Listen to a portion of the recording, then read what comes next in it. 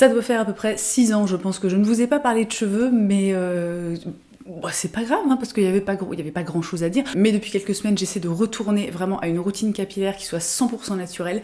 Et je vous ai demandé en fait sur Instagram de quoi vous aviez envie que je vous parle. Et puis vous m'avez dit, parle-nous de tes cheveux. Donc je me suis dit, ok, je vais vous parler de mes cheveux. J'espère que vous allez bien les amis, que vous passez une bonne journée, une bonne soirée, une bonne semaine, un bon week-end en fonction du moment auquel vous regarderez cette vidéo. Donc je vais commencer avec un tout petit historique, hein, parce que peut-être que voilà, vous débarquez sur cette vidéo et vous ne savez pas vraiment d'où je sors, ni qui je suis, ni d'où je viens, ni quelle est mon histoire. Donc il y a à peu près 2 ans et demi peut-être, 3 ans maximum, je suis pas très douée avec les dates, j'ai décidé de me décolorer entièrement les cheveux, de les teindre en rose, puis de les teindre dans à peu près toutes les couleurs de l'arc-en-ciel, c'est-à-dire qu'ils étaient un peu rose, un peu violet, un peu bleu, enfin voilà, c'était vraiment waouh. Et après ça, je me suis dit, et si je devenais blonde platine? Mais quelle bonne idée! Alors concrètement, c'est vraiment une période que j'ai adorée, où je me suis énormément amusée avec mes cheveux, où c'était super cool, parce que moi, si tu veux, mon truc de base, c'est que les cheveux ça repousse, tu vois, donc c'est pas grave en fait si tu fais de la merde. Un jour en fait, voilà, tu te retrouves à nouveau avec tes cheveux normaux de base qu'on t'a donné, tu vois, à la naissance. Néanmoins, on ne va pas se mentir, mes cheveux étaient quand même un petit peu en PLS, hein, si tu veux,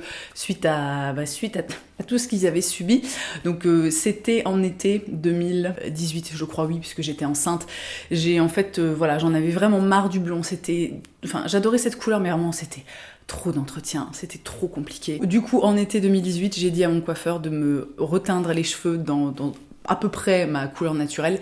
Alors ce qui était intéressant, et je vais juste en parler parce qu'à l'époque vous aviez été pas mal à me poser des questions, ce qui était intéressant c'est que donc quand on part en fait vraiment d'un blond platine de cheveux très décolorés et qu'on veut reteindre en foncé, donc en brun, en noir ou des choses comme ça, il y a un gros risque en fait que ça se passe pas très bien chimiquement parlant on va dire, et que les cheveux tournent au vert. Donc ce que mon coiffeur avait fait, c'est qu'il m'avait d'abord en fait teint les cheveux en rose, et ensuite il avait appliqué une teinture, alors c'était un brun voilà qui était assez foncé, qui avait dégorgé assez rapidement. Mais je me souviens qu'au tout départ, c'était vraiment... c'était un peu chelou, en fait, de passer de cheveux blonds, platine. Enfin, à l'époque, ils étaient un peu plus grisés, mais ils étaient très clairs. Donc, de passer de ça à des cheveux noirs... Tu sais, sur le coup, j'étais là, je me regardais dans le miroir et j'étais en mode, mais qui est cette personne, tiens. Et pour moi, vraiment, ça s'est très bien passé, c'est-à-dire que j'ai eu aucun souci de dégorgement, j'ai même pas eu besoin, en fait, de refaire une coloration foncée par-dessus le rose, voilà, ça a très bien tenu, j'ai pas eu de reflets verts, vraiment, c'était absolument parfait. Et depuis quasiment 2 ans, donc, eh bien, j'ai laissé repousser mes cheveux pour retrouver l'intégralité de mes cheveux naturels.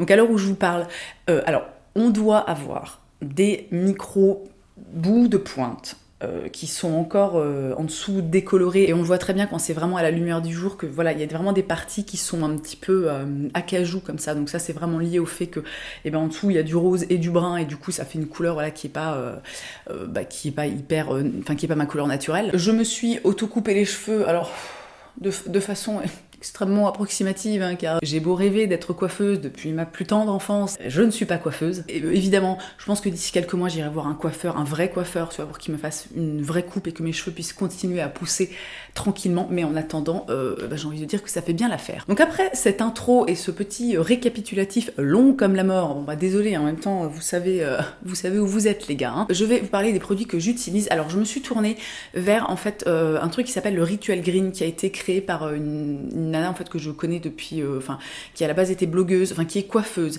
qui avait un blog, qui a ouvert son salon et qui en fait a créé tout un rituel green, donc 100% naturel pour les cheveux. Voilà, Daphné, si tu passes par là, je te fais un petit coucou. Je vous mets évidemment voilà tous les liens dans la barre d'infos, vous pourrez aller voir ce qu'elle fait. Et donc Daphné a créé ce rituel green pour vraiment, on va dire, avoir des beaux cheveux, tu vois, des cheveux qui sont forts et réussir en fait à répondre aux problématiques qu'on peut avoir, parce qu'on peut avoir plein de problématiques, voilà, des cheveux gras, des cheveux secs, des cheveux cassants, des cheveux un peu mous, des cheveux un peu plats, etc. Donc vraiment c'est un truc qui est hyper complet, hyper bien foutu. Elle a sorti un e-book en fait. Pareil, je vous mets le lien dans la barre d'infos. il n'est pas gratuit, je crois qu'il est payant, mais vraiment c'est une mine d'or en fait. Si vous vous intéressez, si vous avez vraiment envie de prendre soin de vos cheveux, voilà, moi je ne peux que vous conseiller, ça coûte pas 50 balles non plus, tu vois. Donc je ne peux que vous conseiller de vous tourner vers cet e-book qui est hyper complet et qui du coup vous donne toutes les bases du rituel green. Et du coup de mon côté, eh ben, c'est très simple. Après donc des mois et des mois et des mois à utiliser des produits avec des silicones, parce qu'en fait je n'avais pas le choix et vraiment mes cheveux étaient défoncés. Encore une fois, ils ont subi je ne sais combien de décoloration, c'était même limite un miracle, je veux dire qu'ils soient encore sur ma tête. Je ne pouvais pas faire autrement que de passer par des produits qui ont des silicones et qui vont donc voilà enrober le cheveu et vraiment cacher la misère, parce que les silicones dans les produits capillaires, ça ne fait rien de plus que cacher la misère. Quand dans les pubs on te dit, ça je le répète tout le temps, mais je vais encore le dire, quand dans les pubs on te dit, tu vois les shampoings L'Oréal ou je ne sais quoi, que ça va réparer ta fibre, c'est faux, hein. C'est-à-dire qu'en fait les cheveux abîmés, les pointes fourchues, ça ne se répare pas. On peut être dans ce truc de prévenir plutôt que guérir, mais une fois que les cheveux sont défoncés, la seule chose à faire en fait c'est les couper. Donc pour en revenir à mon cas, j'ai décidé donc de supprimer les silicones, de me détourner aussi de tous les sulfates, les SLS, les ALS, tous ces trucs en fait qui sont hyper agressifs et qui vont agresser ton cuir chevelu, ce qui va faire que ton cuir chevelu va voilà, en gros va être tout dénué comme ça de son sébum. Et le sébum c'est important hein, aussi bien sur la peau, enfin sur l'intégralité en fait de cet organe merveilleux qu'est la peau. C'est aussi important sur le cuir chevelu. S'il n'y en a pas assez, le cuir chevelu va tout simplement essayer de se défendre et de se dépatouiller comme ça en créant plus de sébum, ce qui fait qu'on a les cheveux gras, ce qui fait qu'on se lave encore plus les cheveux, ce qui fait que, enfin tu vois vraiment c'est le serpent qui se mord la queue, hein, tu ne t'en sors jamais. Et les silicones, très grossièrement en fait c'est du plastique, donc c'est vraiment un truc en fait qui va venir se déposer sur ton cheveu, qui encore une fois va cacher la misère, mais qui au fil du temps en fait va alourdir tes cheveux et voilà, tu vois, ça va vraiment être un truc ça va pas forcément être top quoi. Du coup, eh bien j'ai mis de côté tous mes shampoings à base de silicone et de sulfate et tous les trucs voilà dont j'ai pu vous parler auparavant, que j'aimais beaucoup. J'avais notamment un shampoing solide de chez Christophe Robin. Que j'adore, je pense que celui-là ça va être dur de plus l'utiliser parce que vraiment c'est un shampoing qui te donne un volume, une légèreté du cheveu mais que je trouve absolument merveilleux. La compo est pas dégueulasse chez Christophe Robin, mais on n'est pas non plus dans un truc bio naturel. Donc du coup j'ai investi dans un nouveau shampoing solide, donc ici c'est le Sweetie de chez Pachamamay. Qu'est-ce qu'il y a dedans? Je vais regarder ça et je vais vous dire. C'est un shampoing qui est présenté comme 2 en 1, donc comme un shampoing et un soin démêlant. Et alors j'avoue que moi qui avais systématiquement besoin d'utiliser soit un après-shampoing, soit un masque, j'ai les cheveux qui s'en mêlent quand même assez facilement quand je les lave. Là je dois avouer qu'avec ce shampoing, franchement ça se passe très très bien. Très bizarrement. Alors je dis pas que je passe pas mes cheveux, mais mes doigts comme ça dans mes cheveux en mode il y a aucun nœud, mais vraiment je me retrouve pas du tout avec une espèce de, tu sais, une espèce de tas de nœuds comme ça sur la tête. C'est un shampoing qui contient de la farine de riz, de l'huile de coco et de l'huile essentielle de petits grains bigaradiers qui sont notoirement connus pour apporter souplesse et brillance aux cheveux. C'est un shampoing qui est conseillé pour... Pourquoi la newsletter? Non, je ne veux pas m'inscrire à la newsletter, laissez-moi tranquille. Conseillé pour les cheveux longs, colorés, bouclés, abîmés ou déshydratés. Il est vegan, il est certifié Slow Cosmetic, il est fabriqué à la main en France dans un emballage en carton recyclable et il coûte 12,50€ pour 65 grammes. Alors pour le moment, moi ça fait seulement quelques semaines que je l'utilise. Je trouve que t'as pas besoin de t'acharner en fait. Vraiment, il mousse très très bien pour un shampoing solide bio, parce que c'est un peu le problème parfois avec les shampoings solides, c'est que vraiment t'es là et tu galères comme pas permis. Là je trouve que vraiment il mousse très bien, il est pas du tout agressif pour le cuir chevelu, mais vraiment il nettoie extrêmement bien les cheveux. Au niveau de l'odeur, je trouve qu'il sent pas grand chose. Pardon, la meuf est là en train de s'enfoncer son savon dans le nez. Et vraiment, je suis extrêmement contente de ce shampoing. Donc, c'est la seule chose que j'utilise quand je me lave les cheveux. Je n'utilise plus d'après-shampoing, je n'utilise plus de masque. Il laisse mes cheveux, démêlés, doux, brillants. Bon, sachant que là, je suis à J+3, je crois, de shampoing. Et enfin, vous voyez, franchement, j'ai pas du tout... Si, bon, je commence à avoir un tout petit peu les racines grasses, genre un peu là, tu vois. Mais c'est vraiment pas excessif, c'est-à-dire qu'avant, au bout de 2 jours, moi, mes cheveux étaient super gras. Enfin, tu vois, je les lavais, j'espacais beaucoup les lavages, parce que je m'en fous d'avoir les cheveux gras, si tu veux. Hein. Je fais un vieux chignon et vogue la galère. Mais ça, vraiment, c'est un truc que j'ai noté hyper rapidement, c'est que mes cheveux régresse en fait excessivement moins vite qu'avant. Et ensuite, une fois par semaine, j'essaie de me faire le rituel green. Donc le rituel green, qu'est-ce que c'est? C'est en fait un mélange de poudre de plantes, donc souvent c'est des plantes ayurvédiques avec voilà, plein de propriétés qui leur sont spécifiques en fonction des plantes. Donc tu as une poudre de plantes que tu mélanges avec un peu d'eau, un peu de gel d'aloe vera, une petite huile végétale et éventuellement une huile essentielle, mais c'est pas obligatoire. Donc moi j'ai sélectionné la poudre de brahmi qui est fortifiante et purifiante.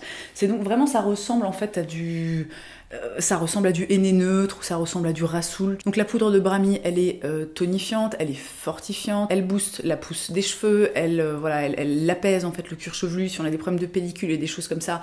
C'est très très bien. Alors j'aurais pu vous montrer ça avant de commencer à vous parler des trucs que j'utilise, mais moi en fait j'ai une espèce de petit matos comme ça quoi, tu vois, pour faire tout mon micmac de mélange de poudre. Donc j'ai un petit bol en bois, j'ai des petites cuillères doseuses en céramique, sachant qu'avec les poudres de plantes c'est quand même mieux d'éviter l'inox et le métal et ce genre de choses, parce que alors apparemment ça a tendance à annuler les effets des poudres, alors que ce soit encore une fois de l'argile, rassoul, argile verte ou des poudres de plantes comme ici la poudre de brahmi. Je ne sais pas si c'est avéré, toujours est-il que voilà, si vous avez cuillère en bois, cuillère en céramique, bref tout sauf du métal, ça coûte rien. Je mets 2 cuillères doseuses, donc là c'est l'équivalent d'une tablespoon, c'est l'équivalent d'une cuillère à soupe. Je mets 2 cuillères à soupe de poudre de brahmi dans mon petit bol. Ensuite je vais ajouter du gel d'aloe vera pour son action hydratante. Donc là je mets je crois environ une cuillère à café. J'ajoute aussi de l'huile végétale. Alors en ce moment j'utilise l'huile de Piki qui est une huile embellisseur capillaire. L'huile de Piki, elle va vraiment nourrir, elle va apporter de la brillance. Alors attention, c'est un peu comme l'huile de coco, en dessous de 25 degrés elle se solidifie, donc faut pas hésiter à la passer un peu sous l'eau chaude, à la mettre dans ou la poser sur un radiateur ou je ne sais pas quoi avant de l'utiliser. Je pense que je vais aussi commencer à utiliser l'huile de ricin, puisque l'huile de ricin c'est vraiment une super huile végétale pour booster la pousse des cheveux. Et je termine avec 10 gouttes d'huile essentielle de baie Saint-Thomas. Alors ça c'est totalement, je l'ai dit avant, c'est pas du tout obligatoire. Moi je le fais parce que en fait je n'allaite plus, donc je peux recommencer à utiliser des huiles essentielles. Et l'huile essentielle de baie Saint-Thomas, elle va vraiment en fait booster, si tu veux, stimuler le cuir chevelu, booster la pousse, etc. Et donc une fois que tout ce beau monde est dans mon bol, est-ce que j'ai dit que je rajoutais de l'eau? Donc évidemment il faut rajouter de l'eau. Je sais plus si je l'ai dit avant, mais voilà, il faut rajouter un petit peu d'eau. Au niveau de la texture, il faut que ce soit un peu un truc, pas complètement liquide, parce que tu vas le mettre, si tu veux, sur ton cuir chevelu. Donc si c'est de la, si c'est de la flottasse, tu vas pas t'en sortir. Donc il faut que ce soit une texture, qui soit ni trop épaisse, ni trop liquide. Et avec mon petit pinceau, tout simplement en fait je fais des raies et j'applique ça donc uniquement sur le cuir chevelu. C'est vraiment en fait un soin de cuir chevelu. Je laisse poser ça une quinzaine de minutes. Moi j'essaie vraiment de le faire toutes les semaines. Alors en soi c'est pas très très long, c'est une habitude à prendre en fait, si tu veux, c'est comme se brosser les dents. Ça dure un petit peu plus longtemps, d'accord, mais c'est pas le truc qui va te prendre 6 heures comme par exemple un bain d'huile, où ça c'est vraiment, moi je me souviens à l'époque où j'en faisais, oh putain c'est long, mais qu'est-ce que c'est long. Et l'autre soin que je vais faire, puisque le principe du rituel green en fait c'est de soigner donc le cuir chevelu pour que les cheveux qui poussent en fait soient bien et soient contents et soient en pleine forme, tu vois. Mais il faut pas non plus oublier les longueurs. Donc au niveau du soin des longueurs, j'ai recommencé donc du coup à utiliser le masque capillaire neutre de chez Aromazone. Je vous en avais parlé il y a longtemps et vraiment, j'avais arrêté de l'utiliser parce qu'encore une fois, j'avais les cheveux totalement décolorés, totalement défoncés. Donc si tu veux, ça ne servait absolument à rien d'utiliser un produit comme ça. Donc vraiment, ce masque, une merveille.